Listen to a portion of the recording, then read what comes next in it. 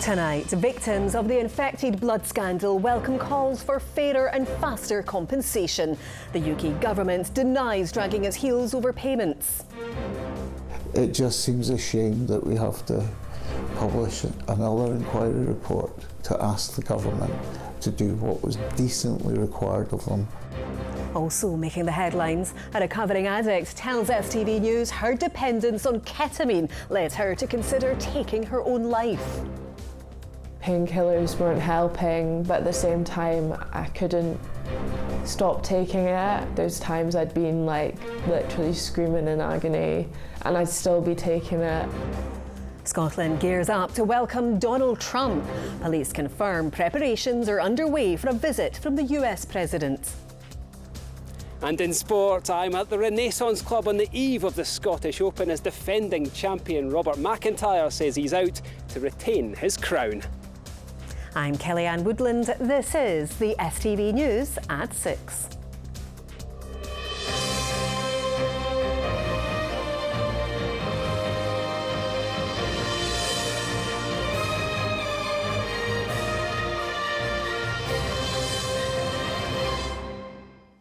Good evening. An inquiry has found victims of the infected blood scandal have been subjected to obvious injustices, which is harming them further. The chair of the inquiry is calling for faster and fairer compensation, as well as a greater say for those infected and their families. Campaigners here have welcomed his recommendations. Our political correspondent Ewan Petrie reports. I recommend that support payments continue to be available for bereaved partners until they receive compensation. For Bruce Norval, this was another emotional step in his decades-long campaign for justice. He listened as a chair of the public inquiry into infected blood said victims had been harmed further by the compensation scheme. I hope that all of his recommendations are met today. I think mostly they are completely and utterly reasonable.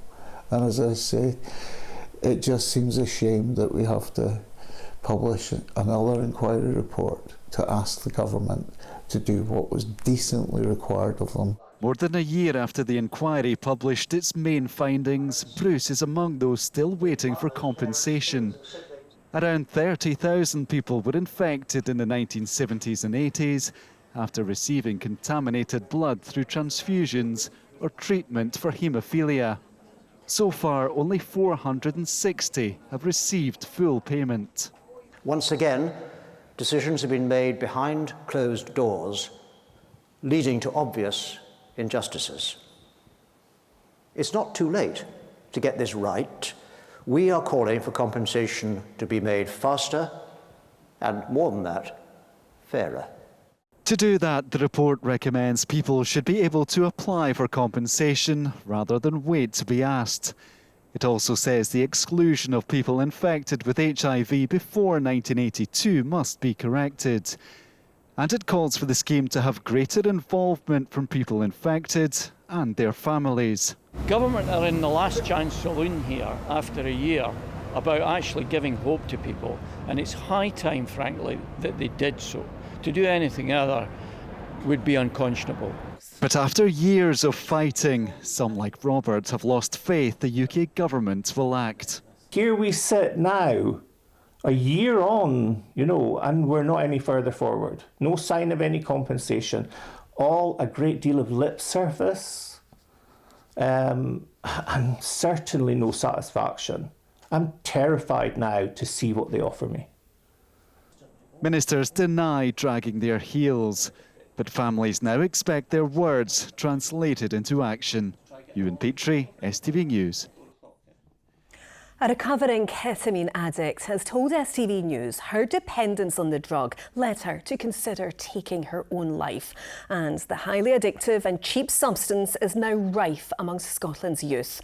It's regularly used in the NHS, but when abused, it can cause serious health problems like damage to the bladder and kidneys. Well, the UK government is considering upgrading the drug to a Class A substance. But as our political reporter Laura Alderman has been finding out, it might be too late to stop the trades of this party drug and the damage it can cause.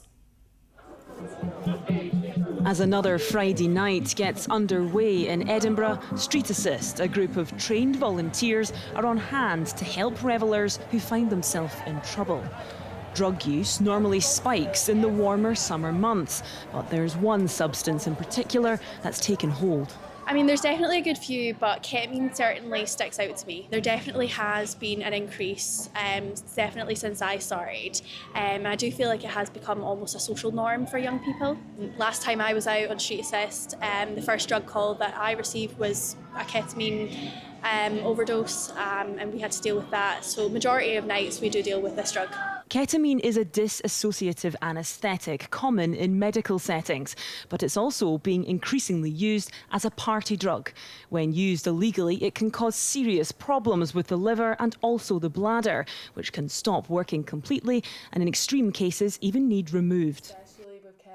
This 22-year-old woman from Aberdeen, who we're calling Emily, is in recovery. She started taking ketamine when she was 18, but her usage soon spiralled out of control. Over the space of a few years, it went from being 7 grams would last me like 2 weeks to I'd be going through like 7 grams a day. For me, health-wise, it was my liver that was affected quite badly. This is what people talk about when they say it's like ket cramps. I was in like severe pain if I was been using too much, to the point I'd been to A&E for it. Like painkillers weren't helping, but at the same time I couldn't stop taking it. There's times I'd been like literally screaming in agony and I'd still be taking it. How easy is it to come by these drugs? So easy, like I think especially through social media, like even now I could probably get my hands on ketamine within like 10-15 minutes. It's just so much cheaper. A gram of cocaine is maybe £80 and I could be getting like 7 grams of ketamine for that same price.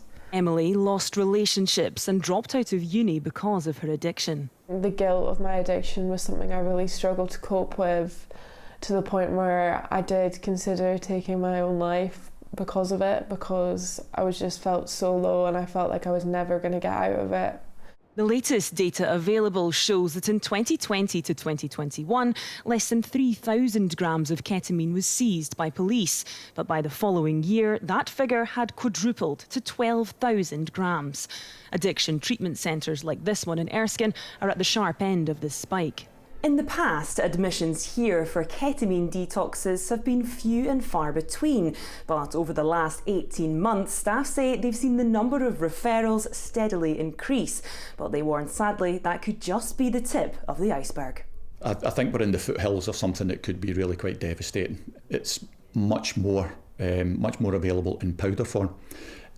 And the same as any other powder that you can buy, you've got absolutely no idea what you're actually buying. The only thing that we've got, I think, is education. And a lot of the kids don't understand how prevalent it is. They don't understand how quickly you can become dependent. You don't understand that you could die. Talking about increasing its classification, so to make it more illegal, if that's the proper way of doing it. Will that work? It never stopped heroin, it never stopped cocaine. If it takes off as badly as the potential, I think we're all ill-equipped, NHS and otherwise. Police Scotland says it's committed to disrupting organised criminality in all its forms, including the supply of drugs. And the Scottish Government added the increased use of ketamine is being monitored. And over £160 million is available this year to tackle problem substance abuse.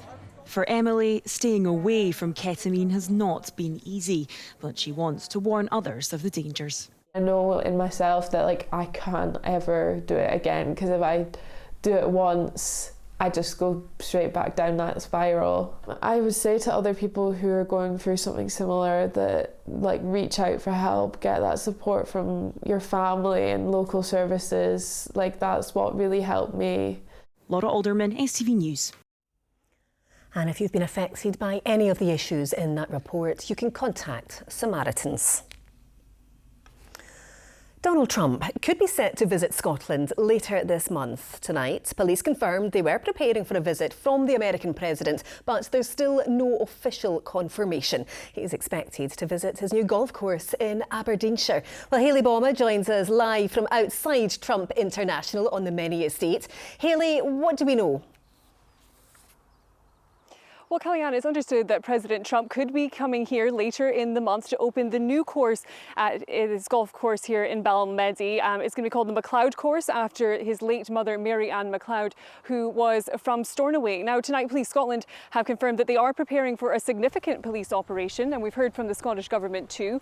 They said that they are being briefed on a potential presidential visit, but as of yet, we have had no official confirmation that President Trump will be coming to Scotland at the end of the month.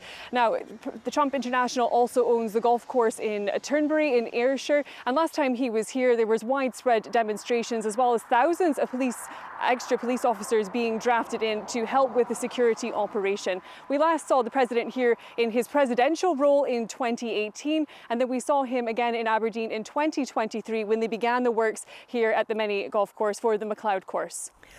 And Hayley, we know there's an official state visit by the President later this year. Yes, Kellyanne, that's due to take place in September, and it's really unusual that a head of state would be visited twice, asked to visit the monarch twice on a sort of official visit. It's unprecedented, really, but on this potential visit in July, we're not expecting him to meet King Charles from what we know at the moment. All right, Hayley, with the latest, thank you.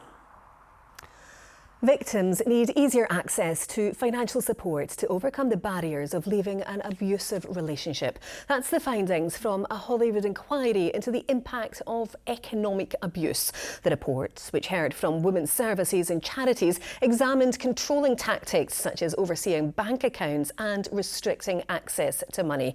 Well, our reporter Tara Fitzpatrick has more on this for us. Tara, what is the significance of this report? Well, this is an inquiry that was launched at the end of December last year, and it really is the first major report of its kind. It was carried out by the Scottish Parliament's Social Justice Committee, who say that this form of economic abuse is actually on the rise, despite the fact that it's so overlooked.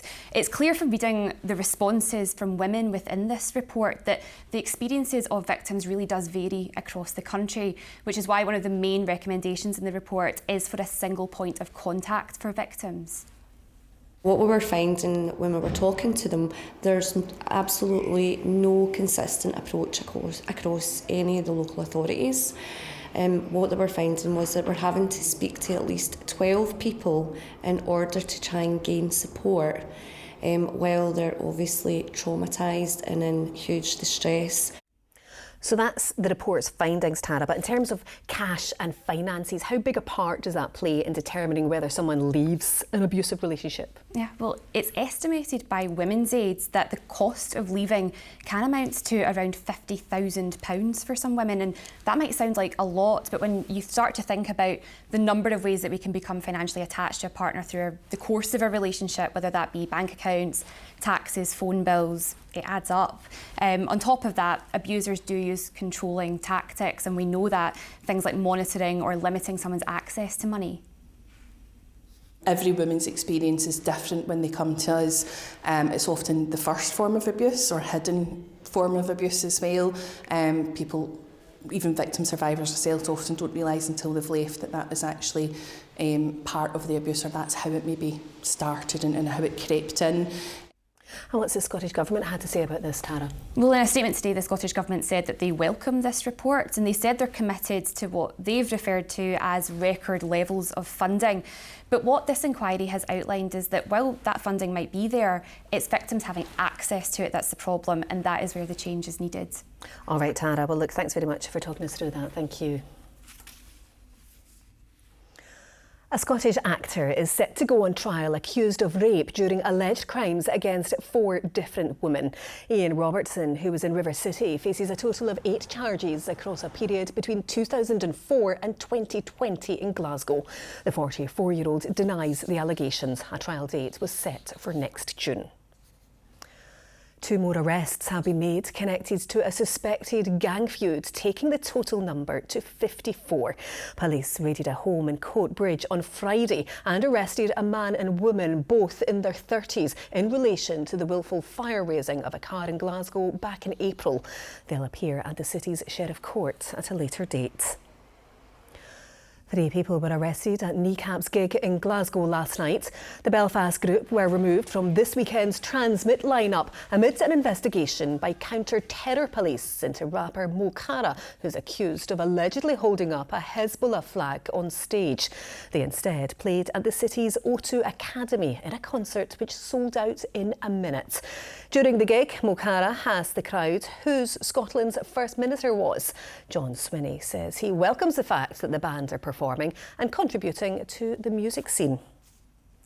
Now, nearly 400 fake Labubu dolls have been seized from 2 shops in North Ayrshire. Trading Standards officers found the counterfeit versions of the viral dolls after visiting shops in Irvine Town Centre. The fakes have not passed UK toy safety regulations and have small parts that could be a choking hazard. The Ferguson Marine shipyard in Port Glasgow has secured further work from BAE Systems on its new HMS Birmingham warship. The deal, which follows work awarded by the defence contractor to the yard 2 years ago, will see 3 sections of the frigate built on the Clyde. It's been described as an important development for the yard, but those in charge acknowledge it must secure more work. Ollie Dickinson reports.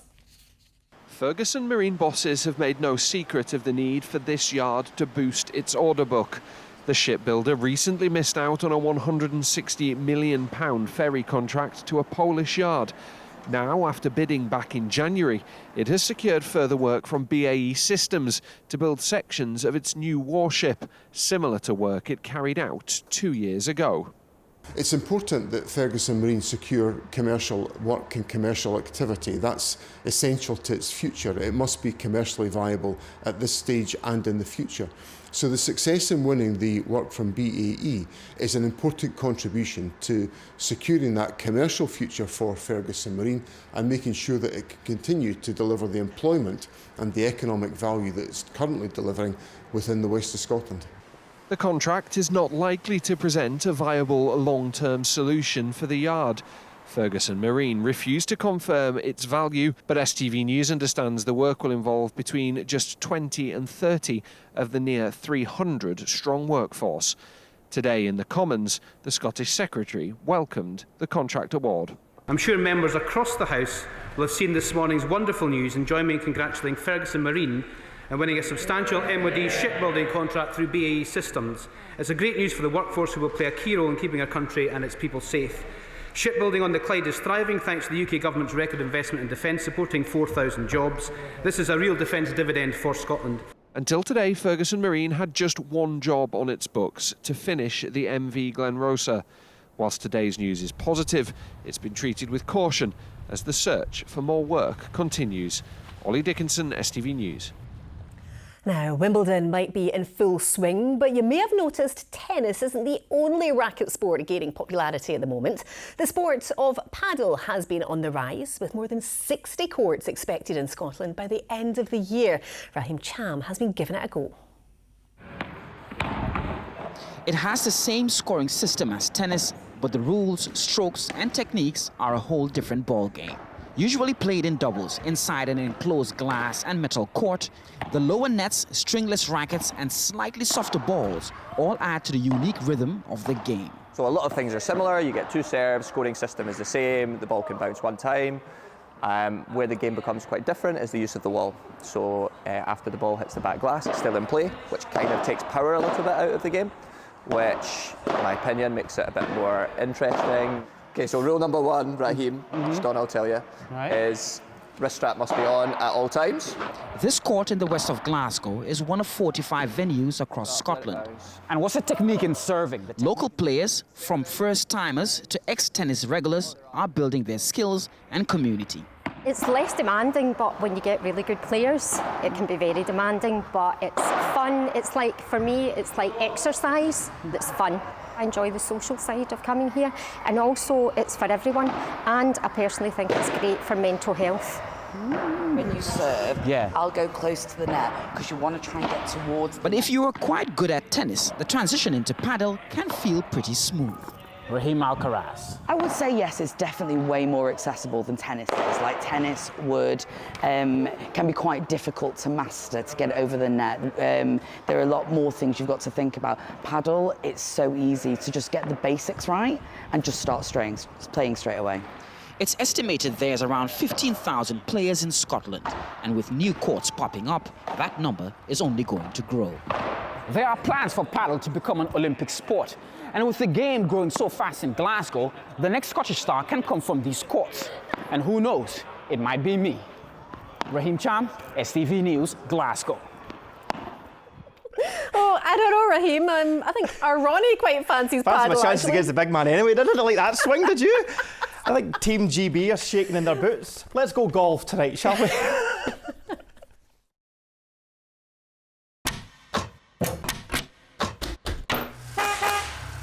STV Sport, sponsored by the C.R. Smith Summer Sale.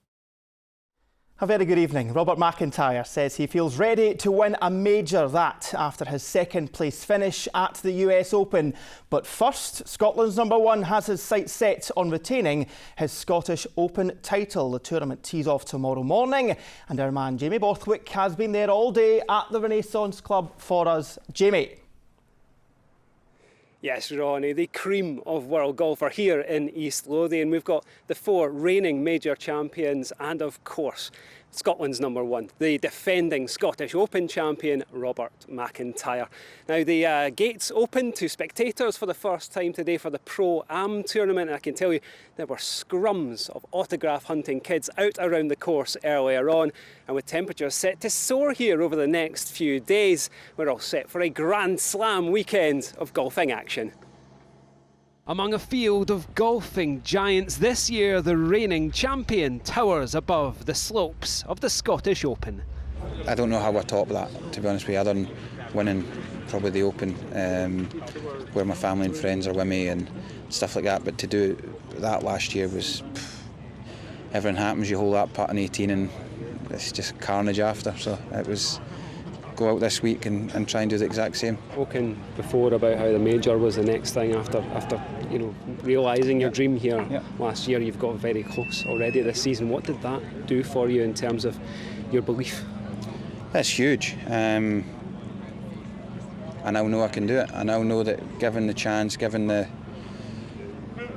you playing well, given everything, that you can go on and potentially win a major. I mean, I came as close as you can without winning it, and yeah, it's just a massive confidence booster to know that under the biggest of pressures that you can still play golf. JJ Spawn was the man to pip McIntyre to the US Open title, and he says the Scots management took the disappointment in good humour. Rory did that to Bob here at the Scottish Open the year before, and then Bob comes back and wins the next year. So he said, well, now we're winning it the following year. So we're all good. It's all good. Rory McIlroy is back in the UK for the first time since winning the Masters and becoming just the 6th man in golfing history to lift all 4 majors. To me, it doesn't seem that long ago that I was, standing in line to get autographs, and I remember how happy I was when a pro threw me a golf ball, or if they signed my hat or whatever it was. So yeah, it's lovely to be able to do that for people. World #1 Scotty Scheffler is looking for a maiden tour win in Europe over the next fortnight, with the Open at Royal Portrush looming into view. Anytime you're able to win a tournament on the PGA Tour, the DP World Tour, I think you've done something very special. It's very challenging to win out here, and it would be very special to win at the home of golf. And like we said, it's a different style of golf that we play throughout the year, and so to be able to win a tournament on this golf course or next week, I think says a lot about a player. The links are primed for golf superstars to put on a show when the Scottish Open gets underway tomorrow morning. Jamie Borthwick, STV Sport at the Renaissance Club in East Lothian. To football, and Rangers have announced their 6th summer signing after Wolves defender Nassar Jiga joined on a season-long loan. The 22-year-old signed for the English club after a £10 million move from Red Star Belgrade in February, but only made 5 Premier League appearances. He says Rangers is the best club for him and is delighted to be joining what he says is one of the biggest clubs in Europe. Russell Martin's side are also in talks to sign winger JD Gassama from Sheffield Wednesday on a permanent deal. Lauren Shankland says he feels less pressure on his shoulders ahead of the new season after sorting his contract situation and committing his future to Hearts. The striker signed a new 3-year contract with Derek McInnes' side after months of negotiation and speculation. He says there's a buzz about the squad as they get set for the start of the League Cup this weekend. To be honest, there's probably less. I feel that once I made the decision that I was going to stay, there's a wee bit of pressure came off because, as you say, there's a lot of speculation and everywhere you turn, people are asking you about your day and are you moving and you staying, and you can get to a wee bit when people keep asking you the same questions. So I was quite happy a few days after I'd made the decision and committed to coming to Hearts. I was happy with what I'd done, and that's how I feel now. I feel relaxed about it and I'm looking forward to the season.